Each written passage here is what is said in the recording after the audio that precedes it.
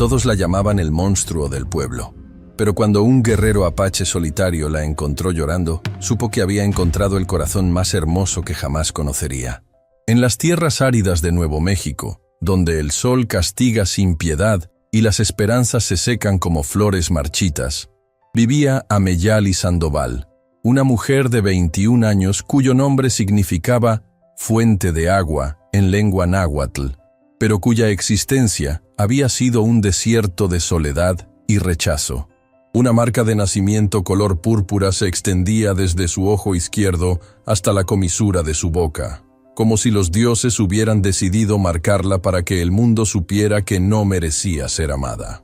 Era el año 1875, y el pequeño pueblo de San Rafael se despertaba esa mañana de octubre con el mismo ritual de siempre. Las campanas de la iglesia llamando a misa, los comerciantes abriendo sus tiendas, y Ameyali Sandoval caminando con la cabeza gacha por las calles polvorientas, tratando de volverse invisible. Su rebozo azul desteñido cubría parcialmente su rostro, pero no podía ocultar completamente la marca que había definido cada día de su vida. Los niños del pueblo habían crecido señalándola como la cara del diablo, y los adultos se persignaban cuando la veían pasar, como si su sola presencia pudiera traer desgracias.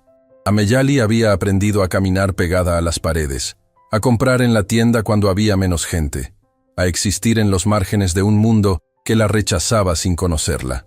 Esa mañana, mientras caminaba hacia el mercado para comprar las pocas verduras que su dinero le permitía, el destino le tenía preparada la humillación más cruel de su vida.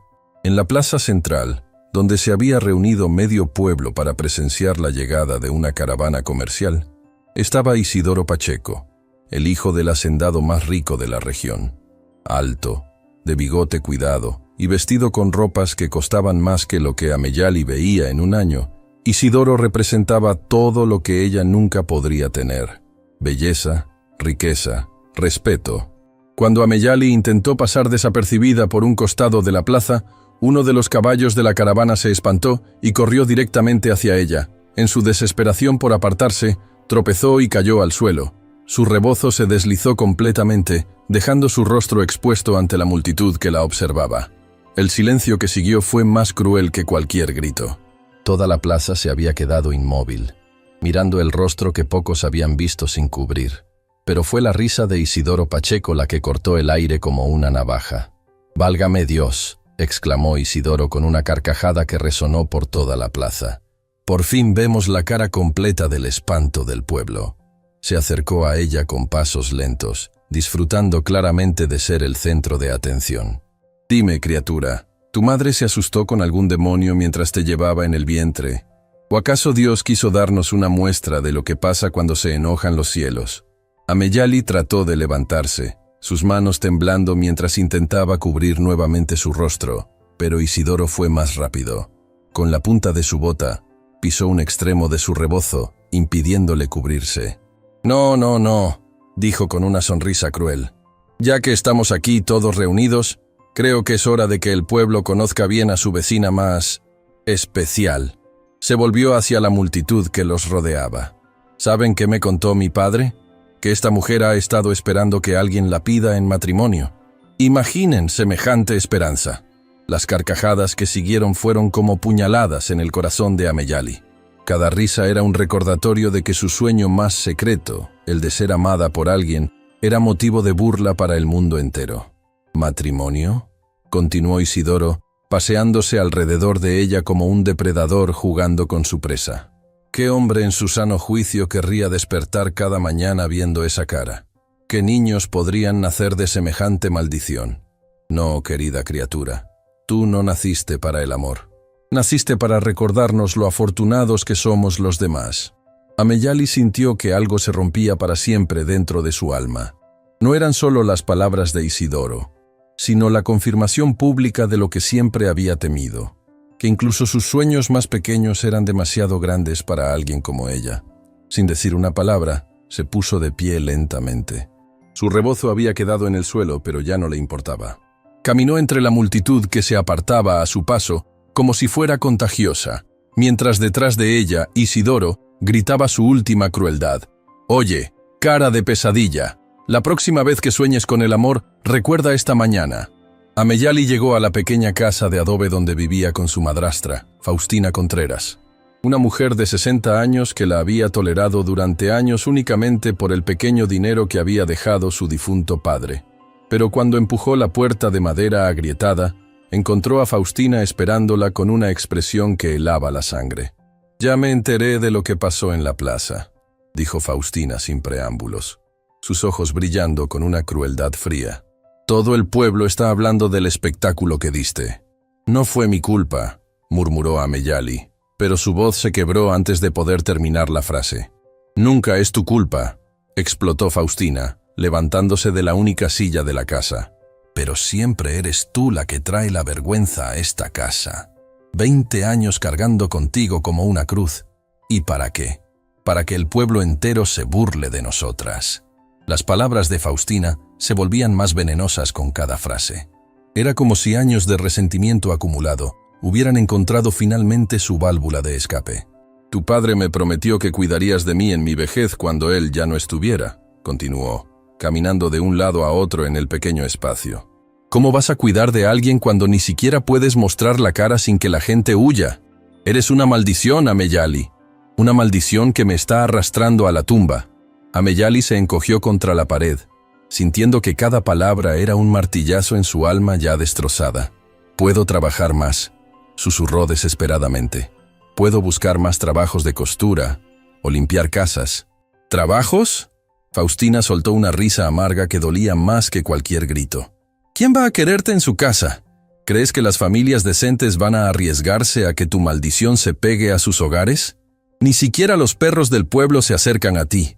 El silencio que siguió fue mortal. Ameyali entendió entonces que para Faustina, ella no era una persona con problemas, sino un problema con forma de persona. Era el momento que había temido toda su vida, pero que sabía que algún día llegaría. «Ya tomé una decisión», declaró Faustina con una frialdad que heló la sangre de Ameyali. «No puedo seguir manteniéndote. Mañana te vas de esta casa y no regresas nunca más. Busca dónde vivir. Busca cómo sobrevivir. Pero ya no será mi responsabilidad». Las palabras cayeron sobre Ameyali como una sentencia de muerte. «¿A dónde voy a ir?», preguntó con una voz tan pequeña que apenas se escuchaba. «No es mi problema», respondió Faustina, dándole la espalda con una crueldad calculada. «Debería haberte echado hace años.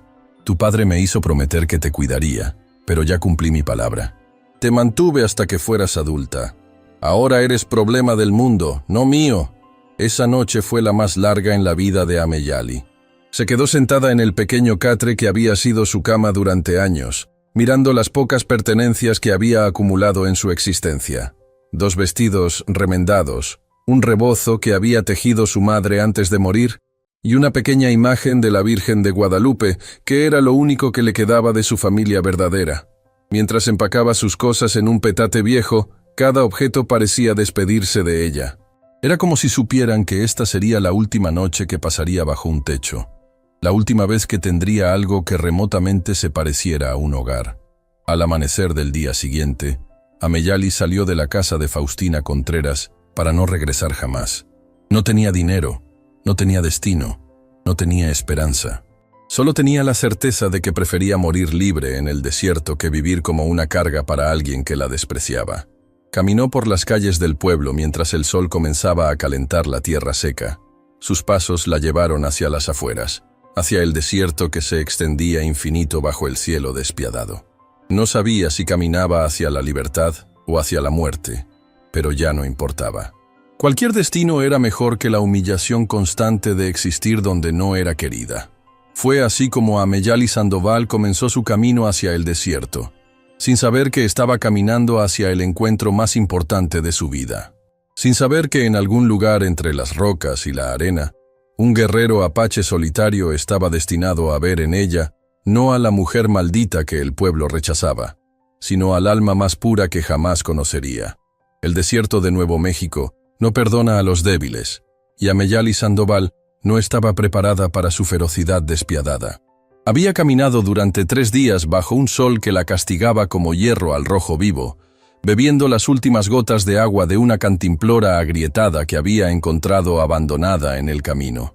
Sus labios estaban partidos y sangrantes, sus pies descalzos llenos de espinas y cortadas, y su vestido se había desgarrado en las rocas afiladas que marcaban el territorio apache. Para el cuarto día, ya no caminaba, se arrastraba. Sus fuerzas se habían agotado hacía horas, pero una voluntad férrea la empujaba hacia adelante, hacia ningún lugar, hacia cualquier lugar, que no fuera el pueblo que la había rechazado. El sol de la tarde pintaba el desierto de colores dorados y rojos, una belleza cruel que contrastaba con la agonía de una mujer que había llegado al límite de su resistencia. Fue entonces cuando el desmayo la venció. Ameyali colapsó sobre la arena ardiente, su cuerpo finalmente rindiéndose ante el calor implacable. Su respiración se volvía cada vez más débil, y en su delirio comenzó a ver visiones. Su madre llamándola desde una luz brillante, oasis que desaparecían cuando trataba de acercarse, voces que el viento se llevaba antes de que pudiera entenderlas. «Perdóname, mamacita», susurró al aire que quemaba. «No pude ser la hija fuerte que esperabas que fuera». A lo lejos, el sonido de cascos sobre la arena se acercaba lentamente. Tahoma, guerrero apache de 32 años, regresaba de una cacería solitaria montando a Ayana, su yegua negra, que había sido su compañera durante los últimos 10 años. Su cabello oscuro caía libre hasta los hombros, adornado con una banda de cuero que había pertenecido a su padre. Sus ojos, duros como el pedernal pero profundos como pozos de sabiduría ancestral, escudriñaban constantemente el horizonte, siempre alerta al peligro. Tahoma había aprendido a desconfiar de todo lo que venía del mundo de los hombres blancos. 2 años atrás, los soldados habían atacado su campamento durante una tregua, matando a su esposa Itzel y a varios ancianos indefensos. Desde entonces, vivía apartado de su tribu, acompañado únicamente por su hija Quillilla, una niña de 7 años que había heredado los ojos inteligentes de su madre y la fuerza silenciosa de su padre. Esa tarde, pequeña Quillilla cabalgaba detrás de su padre en la misma yegua, sus bracitos delgados rodeando la cintura de Tahoma, mientras sus ojos curiosos observaban cada detalle del paisaje. La niña había crecido en el desierto y podía distinguir entre las formas naturales de las rocas y cualquier anomalía que pudiera representar peligro o interés. «Papá», dijo Quillilla con voz suave, señalando hacia una mancha oscura en la distancia. «Hay algo allí que no estaba antes». Tahoma siguió la dirección de su dedo pequeño y entrecerró los ojos. Efectivamente, había algo que no encajaba en el paisaje familiar. Su instinto de guerrero se activó inmediatamente. Podía ser una trampa de soldados, un animal herido o algo peor. Pero había algo en la forma inmóvil que le decía que se trataba de un ser humano en problemas graves. «Quillilla, agárrate fuerte», murmuró, dirigiendo a Ayana hacia la figura caída. Mientras se acercaban, la realidad de la situación se hizo clara. Era una mujer joven, mexicana por su vestimenta, yaciendo inconsciente sobre la arena. Su piel estaba enrojecida por quemaduras de sol, sus labios partidos y secos, y claramente había estado días sin agua ni comida. Lo que más llamó la atención de Tahoma no fue su estado deplorable, sino la extraña marca púrpura que cubría parte de su rostro. Quillilla bajó de la yegua antes de que su padre pudiera detenerla, acercándose a la mujer caída con la curiosidad sin miedo que solo poseen los niños. «Está muy enferma, papá», murmuró, tocando suavemente la frente ardiente de Ameyali. «Mira cómo tiene los labios. Se va a morir si no la ayudamos».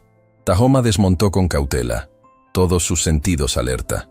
Examinar a la mujer significaba exponerse, quitarle atención al horizonte donde podrían aparecer enemigos.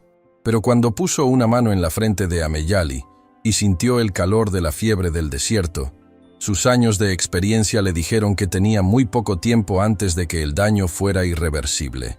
«Es una mexicana», murmuró, más para sí mismo que para su hija. «Podría ser peligroso llevarla con nosotros. Su gente nos ha causado mucho dolor». Quillilla levantó sus ojos grandes y expresivos hacia su padre. «Pero mamá siempre decía que cuando alguien está sufriendo, no importa el color de su piel o de dónde venga. Decía que el sufrimiento es igual en todos los corazones». Las palabras de su hija tocaron algo profundo en el alma de Tahoma. Itzel había sido una mujer de gran compasión. que nunca distinguía entre amigos y enemigos cuando se trataba de ayudar a alguien en necesidad. Había criado a Quillilla con esos valores antes de que una bala perdida en el ataque al campamento se llevara su vida y su sabiduría para siempre. Tahoma miró nuevamente a la mujer inconsciente. Había algo en su rostro, más allá de la marca que lo había llamado la atención, que le hablaba de una tristeza profunda, de años de dolor acumulado. No era la cara de alguien que hubiera vivido con privilegios o crueldad. Era la cara de alguien que conocía el sufrimiento íntimo, personal, constante. Sin decir más palabras, cargó a Ameyali en sus brazos. La mujer pesaba sorprendentemente poco, como si el desierto ya hubiera comenzado a consumirla. La subió a Ayana con cuidado, sosteniéndola contra su pecho mientras Quillilla se acomodaba detrás de ambos. ¿Va a vivir, papá?, preguntó la niña con la preocupación genuina que solo pueden sentir los corazones puros. Eso depende de qué tan fuerte sea su espíritu, respondió Tahoma, dirigiendo a su yegua hacia las montañas donde tenía su refugio oculto. Y de si los ancestros deciden que aún tiene un propósito en este mundo. El viaje de regreso al refugio tomó 3 horas. Ameyali deliraba entre la conciencia y la inconsciencia, murmurando palabras en español que Tahoma entendía parcialmente. Hablaba de alguien llamado Isidoro, de rechazo, de querer morir antes que seguir siendo una carga. Poco a poco, las piezas de una historia de dolor comenzaron a formar un cuadro en la mente del guerrero apache. Cuando llegaron al escondite, una cueva natural, oculta en un cañón rocoso, que había sido refugio de guerreros apaches durante generaciones, Tahoma llevó a Ameyali al interior más fresco. La acostó sobre pieles de ciervo, mientras Quillilla corrió a buscar agua fresca y las hierbas medicinales que su padre le había enseñado a reconocer. «Quillilla, ayúdame», dijo Tahoma, comenzando a limpiar las heridas y quemaduras de sol de Ameyali. «Trae la salvia blanca para limpiar las heridas, y esa raíz amarilla que use cuando tuviste fiebre el invierno pasado». Trabajaron juntos como un equipo perfecto. Tahoma había aprendido a ser padre y madre para su hija después de la muerte de Itzel, y la niña había desarrollado habilidades que iban mucho más allá de su edad. Sus manos pequeñas pero hábiles ayudaban a aplicar ungüentos curativos, mientras su voz suave murmuraba palabras de consuelo que había aprendido de su madre. Durante toda esa primera noche, Tahoma no se apartó del lado de Ameyali. Monitoreaba su respiración, le daba pequeños sorbos de agua cuando recobraba brevemente la conciencia, y aplicaba paños fríos sobre su frente ardiente. Había algo en esta mujer desconocida que despertaba en él un instinto protector que había estado dormido desde la muerte de su esposa. Quillilla se quedó dormida acurrucada en una esquina de la cueva, pero despertaba cada pocas horas para preguntar cómo estaba la señora triste, como había comenzado a llamar a Ameyali. La intuición infantil de la niña había captado algo que los adultos a veces no logran ver, que el verdadero sufrimiento de esta mujer no venía de las quemaduras del desierto, sino de heridas mucho más profundas en su alma. Cuando los primeros rayos del amanecer se filtraron entre las rocas de la cueva, Ameyali finalmente abrió los ojos con claridad por primera vez en días. Su mirada confundida recorrió el techo rocoso, las pieles que la cubrían, y finalmente se posó en la figura imponente del hombre que había pasado la noche cuidándola. Tahoma estaba sentado cerca, pero no demasiado, respetando la distancia que una mujer asustada podría necesitar. Sus ojos la observaban con una mezcla de curiosidad y cautela, evaluando su estado pero sin amenazar. A sus pies, Quillilla dormía con la tranquilidad de los niños que se sienten completamente seguros. «¿Dónde?», comenzó a preguntar Ameyali con voz ronca, pero las palabras se le quedaron en la garganta cuando vio claramente el rostro del hombre que la había salvado. «Estás a salvo», le dijo Tahoma en español, lento, pero claro. «Estabas muriendo en el desierto. Te trajimos aquí». Ameyali trató de incorporarse, pero el dolor en todo su cuerpo la hizo gemir. «¿Quién eres?», susurró. Aunque ya había adivinado la respuesta por sus ropas de cuero, sus ornamentos, y la dignidad silenciosa que emanaba de todo su ser. «Soy Tahoma», respondió simplemente. «Y ella es mi hija, Quillilla. Somos apaches». La palabra que debería haberla aterrorizado la tranquilizó extrañamente. Durante toda su vida había escuchado historias sobre la ferocidad de los guerreros apaches, sobre su crueldad en la guerra y su falta de misericordia con los enemigos. Pero mirando los ojos de este hombre que había pasado la noche cuidando de ella, una extraña, solo vio una profundidad de sabiduría y dolor que reconoció inmediatamente. «Gracias», murmuró, y las lágrimas comenzaron a rodar por sus mejillas. «Pensé que iba a morir sola». «Nadie muere solo mientras podamos evitarlo», respondió Tahoma, ofreciéndole un cuenco de caldo tibio hecho con hierbas y carne seca. «Bebe esto. Recupera tu fuerza. Después, si quieres, nos contarás por qué una mujer mexicana camina sola hacia la muerte en territorio apache». Mientras Ameyali bebía el caldo, sintió que por primera vez en días, tal vez en años, estaba en presencia de bondad verdadera. Este hombre, este supuesto salvaje, le había salvado la vida sin conocerla, sin juzgarla, sin esperar nada a cambio. Y en los ojos de la niña que comenzaba a despertar, vio una inocencia y curiosidad que la hicieron recordar que aún existía pureza en el mundo. Kijiya se despertó y inmediatamente se acercó a Ameyali con una sonrisa radiante. «La señora triste está despierta», exclamó con alegría genuina. «Papá estuvo cuidándote toda la noche. Dijo que tenías fiebre muy alta y que los espíritus buenos tenían que decidir si querían que te quedaras con nosotros». Las palabras simples de la niña tocaron algo profundo en el corazón destrozado de Ameyali. Hacía tanto tiempo que nadie se preocupaba por su bienestar, que nadie velaba su sueño, que nadie se alegraba de verla despierta. La gratitud que sintió era tan abrumadora que amenazó con hacerla llorar nuevamente. «¿Cómo te llamas?», preguntó Kijiya, sentándose cerca de ella con la confianza natural de los niños que aún no han aprendido a temer. «Ameyali», respondió, sonriendo por primera vez en mucho tiempo. «Mi nombre es Ameyali». «Ameyali», repitió la niña, probando el sonido en su lengua. «Es un nombre bonito. ¿Qué significa?» «Fuente de agua», murmuró Ameyali, sintiendo la ironía amarga de su nombre. Ella, que había sido una fuente seca toda su vida, que nunca había podido dar nada bueno a nadie. Pero Kijiya sonrió con la sabiduría inexplicable de los niños. «Entonces eres perfecta», declaró con certeza absoluta. «Papá siempre dice que el agua es lo más importante en el desierto. Sin agua todo muere, pero con agua, hasta las flores más pequeñas pueden crecer en la arena». Tahoma observó la interacción entre su hija y la mujer que habían rescatado, y algo en su pecho se movió de una manera que no había sentido desde la muerte de Itzel. Había algo en Ameyali, más allá de su evidente sufrimiento físico, que hablaba de una bondad profunda, de un alma que había sido golpeada pero no quebrada. Esa mañana marcó el comienzo de algo que ninguno de los tres había esperado. Ameyali había encontrado refugio no solo del desierto, sino del rechazo constante que había definido su vida. Tahoma había encontrado a alguien que entendía el dolor de ser juzgado por algo que estaba más allá de su control. Y pequeña Kijiya había encontrado lo que su corazón joven había estado buscando sin saberlo. Una figura maternal gentil que veía en ella no una responsabilidad, sino una bendición.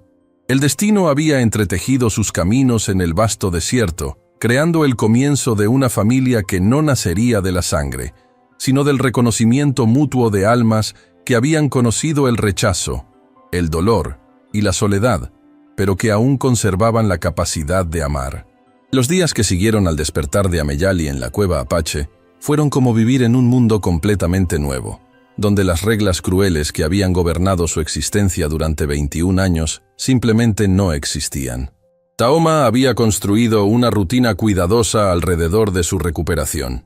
Cada mañana le traía té de hierbas medicinales que él mismo recolectaba al amanecer, y cada noche se aseguraba de que tuviera mantas suficientes para protegerse del frío del desierto, que caía como una bendición después del calor del día. Pero lo que más sorprendía a Ameyali no eran los cuidados físicos, sino la manera en que tanto Tahoma como pequeña Kijiya la trataban con una naturalidad que rayaba en lo milagroso.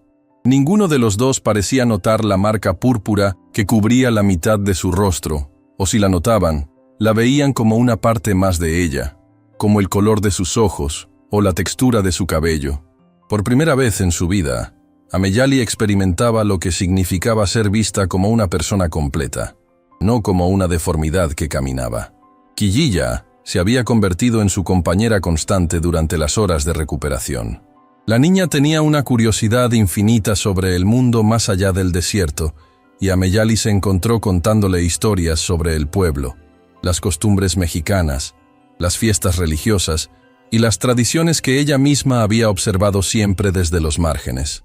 Era extraño descubrir que tenía tanto que compartir, cuando durante años había creído que no tenía nada valioso que ofrecer a nadie. ¿Es cierto que en los pueblos mexicanos las mujeres bailan con vestidos que brillan como el sol?, preguntaba Quillilla con ojos enormes, acurrucada junto a Ameyali mientras ésta tejía una manta con fibras que Tahoma había traído de sus expediciones.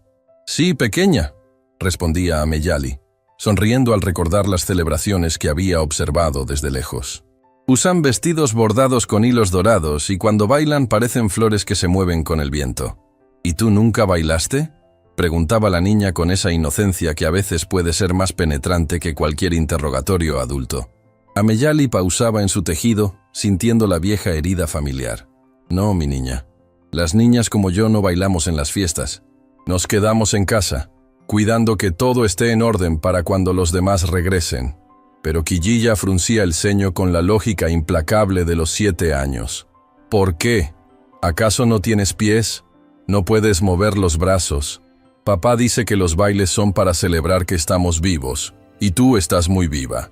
Esas conversaciones se quedaban resonando en la mente de Ameyali durante horas.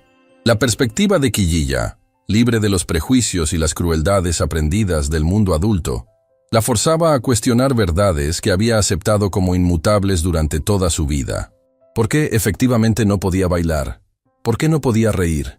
¿Por qué había aceptado que su valor como ser humano estaba determinado por la opinión de personas que jamás se habían molestado en conocerla realmente? Tahoma observaba estos cambios en Ameyali con la paciencia silenciosa de quien entiende que la curación verdadera no se puede apresurar. Había visto guerreros heridos en batalla recuperar el uso de sus cuerpos en semanas, pero sabía que las heridas del alma requerían un tiempo diferente, más gentil, más respetuoso. Veía cómo cada día Ameyali caminaba un poco más erguida, cómo su sonrisa aparecía con más frecuencia, cómo sus ojos comenzaban a brillar con algo que se parecía peligrosamente a la esperanza. Una mañana, mientras Ameyali ayudaba a Quillilla a recoger bayas silvestres cerca del arroyo que corría por el fondo del cañón, la niña hizo una observación que cambiaría todo entre ellos. «Ameyali», dijo Quillilla, deteniéndose súbitamente en su recolección. «¿Puedo preguntarte algo que tal vez sea irrespetuoso?» Ameyali se enderezó, preparándose instintivamente para el dolor. Durante toda su vida las preguntas irrespetuosas habían sido crueles, burlonas, diseñadas para lastimar. «Claro, pequeña, puedes preguntarme lo que quieras. ¿Tu marca te duele?», preguntó Quillilla con la seriedad que solo los niños pueden aportar a las preguntas importantes.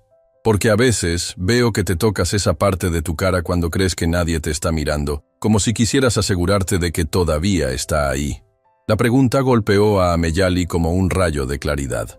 Efectivamente, se tocaba la marca constantemente, un gesto inconsciente que había desarrollado durante años de autoconciencia.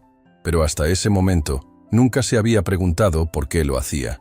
«No me duele físicamente», respondió lentamente, sentándose sobre una roca lisa para estar a la altura de la niña. «Pero durante muchos años me dolió de otras maneras. Me dolía porque la gente me miraba como si fuera algo roto, algo que necesitaba ser escondido o reparado». Quillilla se acercó y con la audacia inocente de la infancia, extendió su mano pequeña para tocar suavemente la marca en el rostro de Ameyali. «¿Puedo?», preguntó, y cuando Ameyali asintió, dejó que sus deditos trazaran la línea púrpura con una gentileza que hizo llorar a la mujer adulta. «Se siente igual que el resto de tu piel», observó Quillilla con curiosidad científica.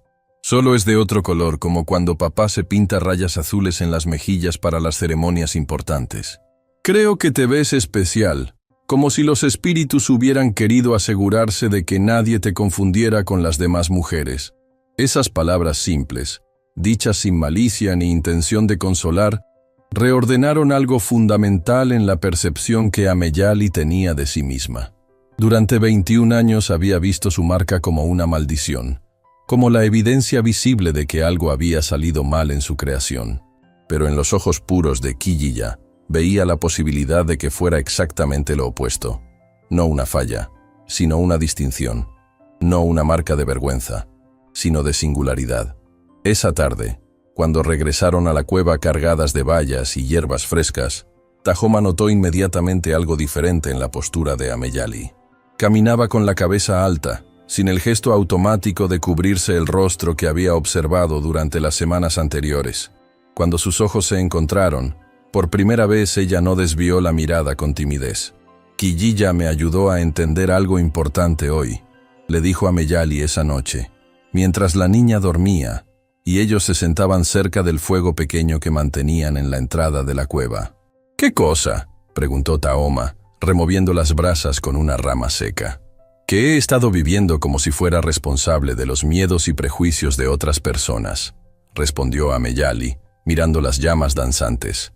Como si fuera mi obligación hacerlos sentir cómodos con mi existencia, incluso si eso significaba que yo desapareciera por completo. Tahoma asintió lentamente. Era un entendimiento que él había alcanzado años atrás, después de que los soldados atacaran su campamento. Los corazones pequeños siempre tienen miedo de lo que no entienden, murmuró. Pero su miedo no define quién eres tú. Su ignorancia no determina tu valor. Durante años creí que sí, admitió Ameyali. Creí que si toda esa gente me veía como algo defectuoso, entonces realmente debía serlo. Pero Quilliya me hizo ver que tal vez el problema no estaba en mí, sino en ellos. Los niños ven la verdad porque aún no han aprendido a mentirse a sí mismos, observó Tahoma. Mi hija ve en ti lo que yo veo, un alma fuerte que ha sobrevivido a pruebas que habrían quebrado a personas supuestamente normales. La conversación se extendió hasta muy entrada la noche, convirtiéndose en la primera de muchas en las que Ameyali y Tahoma compartirían sus historias, sus heridas, sus esperanzas. Él le contó sobre la muerte de Itzel, sobre la rabia que había llevado durante años, sobre cómo había aprendido que la venganza solo creaba más dolor. Ella le habló sobre su infancia solitaria, sobre los sueños que había enterrado, sobre la desesperación que la había llevado al desierto buscando la muerte. ¿Sabes qué es lo más extraño de todo esto?, le dijo a Ameyali una noche, varias semanas después de su llegada. Por primera vez en mi vida, no siento que tenga que disculparme por existir. Tahoma la miró con una intensidad que la hizo sentir vista, realmente vista, por primera vez en su vida. Nunca deberías haber tenido que disculparte, le dijo. Tu existencia es un regalo, Ameyali. Tu supervivencia es un testimonio de una fuerza que la mayoría de las personas nunca tendrán que descubrir en sí mismas. Fue en ese momento que algo cambió entre ellos. Algo que iba más allá de la gratitud del rescate, más allá de la amistad que había crecido durante las semanas de convivencia. Tahoma se acercó lentamente, dándole tiempo para retirarse si lo deseaba, y cuando ella no se movió, tomó su rostro entre sus manos con una ternura que la hizo temblar. «Eres hermosa», le susurró, y no era una mentira piadosa o un consuelo vacío. En sus ojos, Ameyali pudo ver que él veía algo en ella que nadie más había visto jamás. No a pesar de su marca, sino incluyéndola, aceptándola, celebrándola como parte integral de quien era. Cuando Tahoma la besó por primera vez, bajo las estrellas del desierto que habían sido testigos de tanto sufrimiento, Ameyali sintió que nacía de nuevo, no como la mujer maldita que había huido del pueblo, sino como alguien completamente nueva. Una mujer capaz de ser amada, de amar, de construir algo hermoso en medio de la vastedad aparentemente vacía del desierto. Esa noche marcó el comienzo de una transformación que era mucho más profunda que cualquier cambio físico. Ameyali estaba aprendiendo no solo a vivir sin miedo, sino a vivir con propósito, con alegría, con la certeza creciente de que el lugar donde había encontrado refugio podría convertirse en el hogar que nunca había creído merecer. 3 meses habían transcurrido desde aquella primera noche de besos bajo las estrellas, y la vida en el refugio Apache había adquirido un ritmo que Ameyali jamás había imaginado posible. Se despertaba cada mañana con el canto de los pájaros del desierto, no con el peso aplastante de la desesperación que había marcado todos sus amaneceres anteriores. Sus días se llenaban de pequeñas tareas que llevaba a cabo junto a Tahoma y Quilliya. recolectar plantas medicinales, preparar alimentos, mantener el refugio, enseñar a la niña las canciones que su propia madre le había cantado años atrás. Pero era en las noches cuando la magia verdadera sucedía. Cuando Quillilla se quedaba dormida acurrucada entre pieles de ciervo, Tahoma y Ameyali se sentaban junto al fuego y hablaban hasta que las brasas se convertían en cenizas tibias. Él le contaba las leyendas de su pueblo, las historias de guerreros valientes y espíritus protectores que vivían en las montañas. Ella compartía los recuerdos más preciados de su infancia, las tardes con su abuela, los secretos de las plantas curativas, los sueños que había guardado en lo más profundo de su corazón. Una noche de luna llena, mientras observaban el desierto plateado que se extendía ante ellos, Tahoma tomó las manos de Ameyali entre las suyas. «Hay algo que necesito decirte», murmuró, su voz cargada de una emoción que la hizo temblar. «Desde que llegaste aquí, has cambiado no solo tu propia vida, sino la nuestra». Quillilla sonríe de una manera que no había visto desde que murió su madre. Y yo había olvidado lo que significaba despertar esperando el día, en lugar de simplemente soportándolo. Ameyali sintió que las lágrimas se agolpaban en sus ojos. «Tú me salvaste la vida de más maneras de las que puedes imaginar», susurró. «No solo me rescataste del desierto, me rescataste de una existencia que no era vida, sino solo supervivencia. Quiero que te quedes para siempre», declaró Tahoma con una intensidad que cortó el aire nocturno.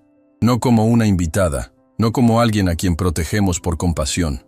Quiero que te quedes como mi esposa, como la madre de Quillilla, como la mujer que ha hecho que vuelva a creer en la posibilidad de la felicidad». El corazón de Ameyali se detuvo. Durante toda su vida había soñado secretamente con escuchar esas palabras, pero había llegado a creer que eran imposibles para alguien como ella. «¿Estás seguro?», preguntó con voz temblorosa.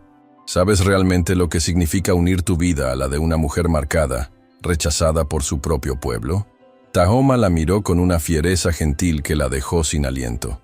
«Sé exactamente lo que significa», respondió. «Significa unir mi vida a la de la mujer más valiente que he conocido. Significa darle a mi hija una madre que la ama no por obligación, sino por elección. Significa construir algo hermoso sobre las ruinas de nuestros dolores pasados».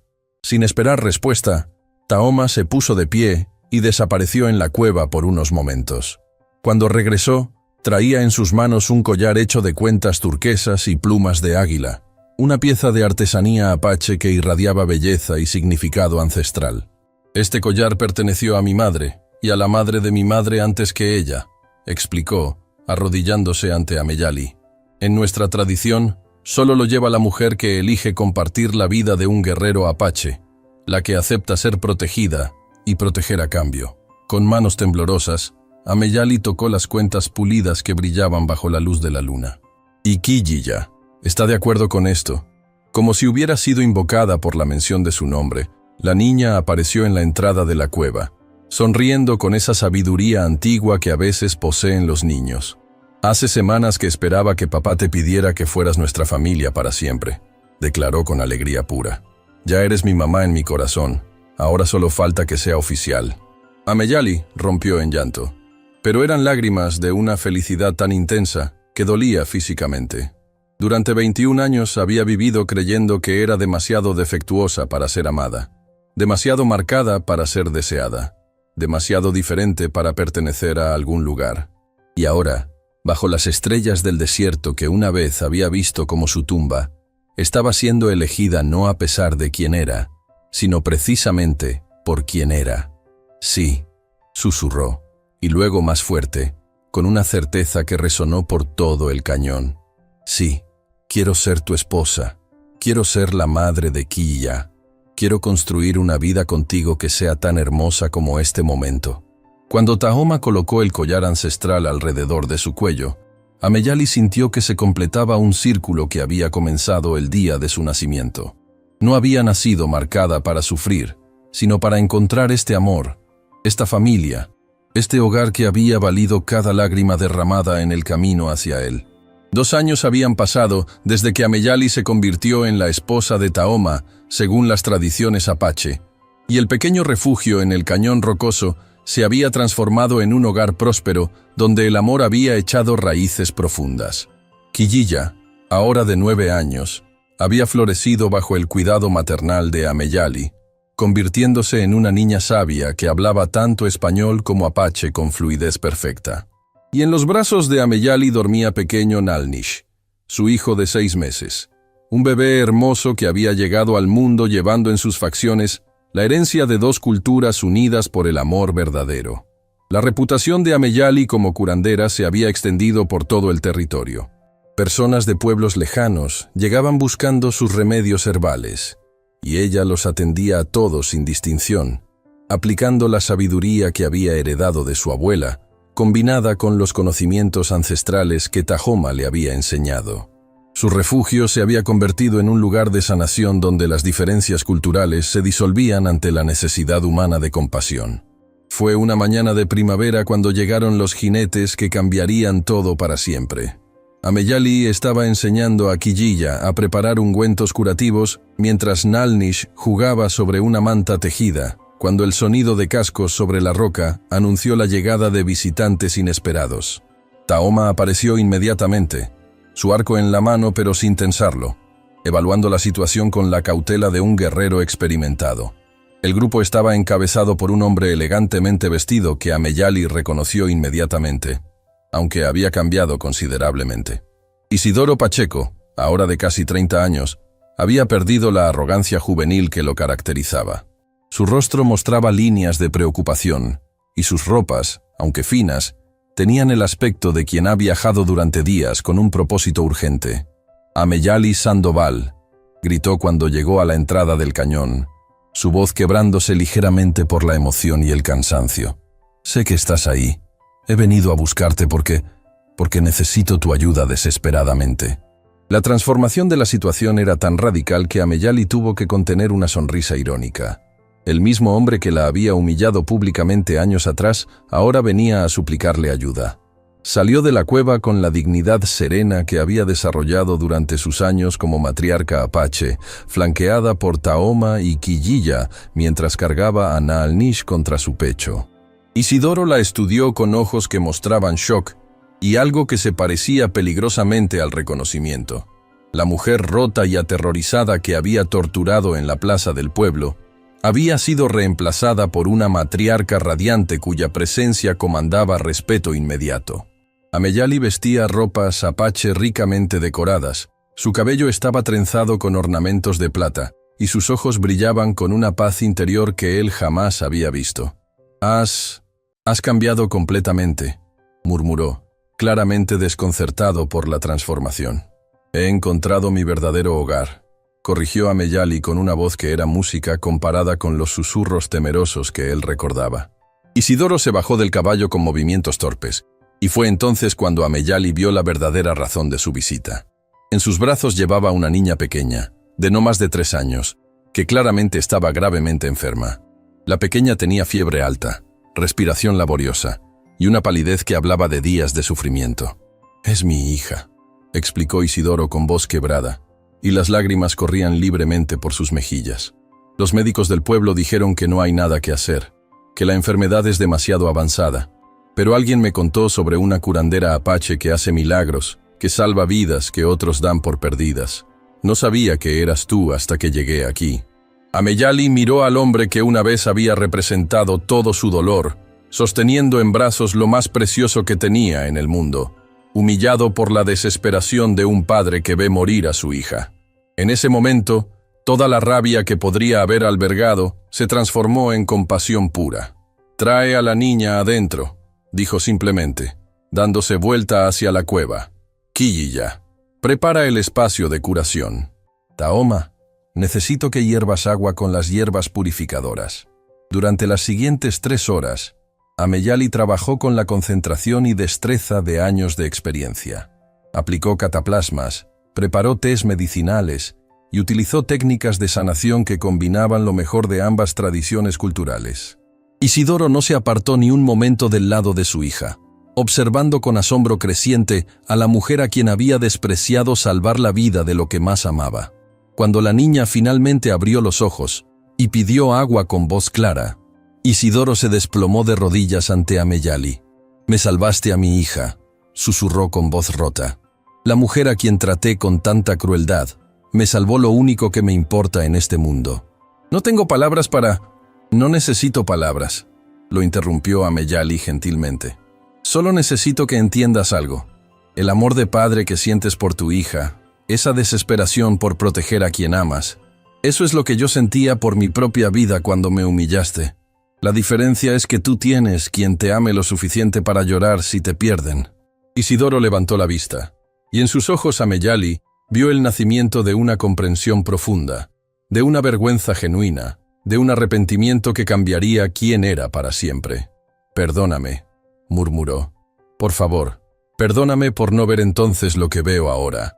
Eres una mujer extraordinaria, y fui demasiado ciego y cruel para reconocerlo». Ameyali sonrió con una paz que venía de lo más profundo de su alma. «Te perdono, Isidoro.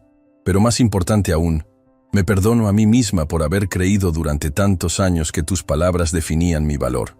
Mientras Isidoro se alejaba con su hija sana en brazos, Ameyali se volvió hacia su propia familia. Tahoma, cuyo amor había sanado las heridas más profundas de su corazón. Quilliya, quien le había enseñado a verse con ojos de bondad. Y pequeño Naalnish, quien representaba la promesa de un futuro construido sobre amor, no sobre dolor. «¿Alguna vez te arrepientes?», le preguntó Tahoma esa noche mientras observaban las estrellas que habían sido testigos de su transformación. Ameyali sonrió, tocando suavemente la marca en su rostro, que ya no veía como una maldición, sino como la señal que había guiado a Tahoma hasta ella en el desierto. «Jamás», respondió. «Cada cicatriz, cada lágrima, cada momento de dolor me llevó hasta aquí. Me llevó hasta ustedes. Y ustedes valen cada paso difícil que tuve que dar para encontrarlos». En la distancia, el viento del desierto llevaba sus palabras hacia las estrellas, como una plegaria de gratitud por una vida que había florecido en el lugar más inesperado, regada por el amor más puro, convertida en un testimonio eterno de que la verdadera belleza siempre nace del corazón. Fin de la historia.